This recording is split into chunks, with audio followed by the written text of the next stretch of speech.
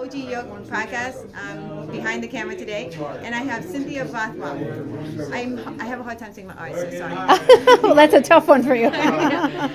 When you did the Martial Arts History Museum here with your book signing, whose idea was it? Was it Michael's or yours?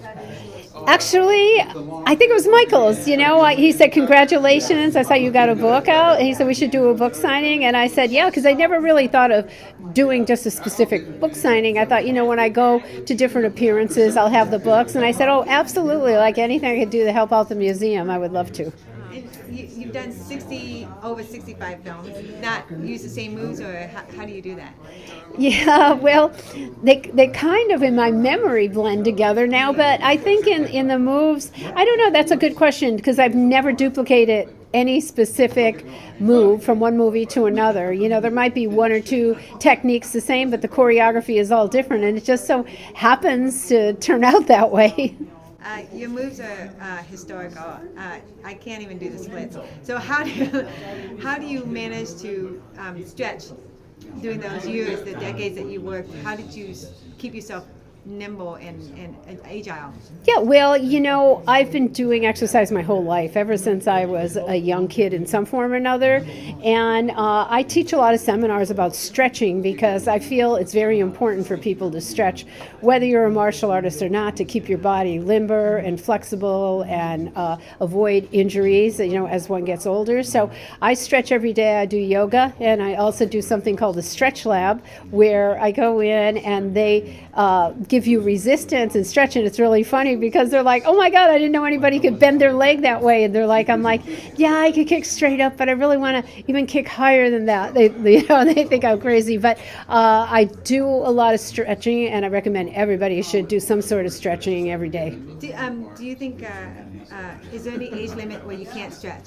No age limit at all. It doesn't matter. Like, you know, sometimes someone might have an injury, whether you're young or you're older, and you just have to be smart. You know, you don't want to go to where you're going to hurt yourself. You have to go to where you just start to feel it. It's uncomfortable, and relax and breathe out, not where like you're going to injure yourself. So it's stretching is an individual thing. Everybody has to take it at their own pace. Their body is different, and you know how far you can go. Your body will say stop.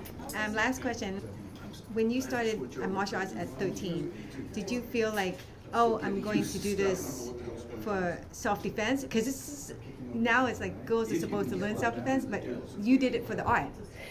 Well, actually, no. I did do it because when I was first introduced to it when I was 13, I saw my friends' parents practicing it. And I said, what is that? What are you doing? And they said, we're learning how to defend ourselves with our hands and feet. And I thought, wow, that's an incredible concept. I never thought about that. I want to do it. So actually, I did start it because I was very enthralled with the idea that one could learn how to defend themselves with hands and feet. Yeah, you have famous words where you said, I weigh 111, but, you know, and then you said, you don't have to look tough. You in any size, you just have to be tough, or something right. like that. I'm paraphrasing. Yeah, absolutely. You know, because back when I started in martial arts, it was a fallacy. People thought women couldn't do martial arts, that you had to be big and strong, you know, and actually you have an advantage sometimes when you're smaller because, you know, you can get in these targets on these bigger people, and, you know, it's all about technique. You know, it's not so much, you know, yeah, of course you have to have power, but you don't have to match your opponents. It doesn't take much to hit someone in the eyes or into the groin, you know, and it's just being confident with yourself that you could do it and you follow through with it. Thank you, CYNTHIA ROTHROCK.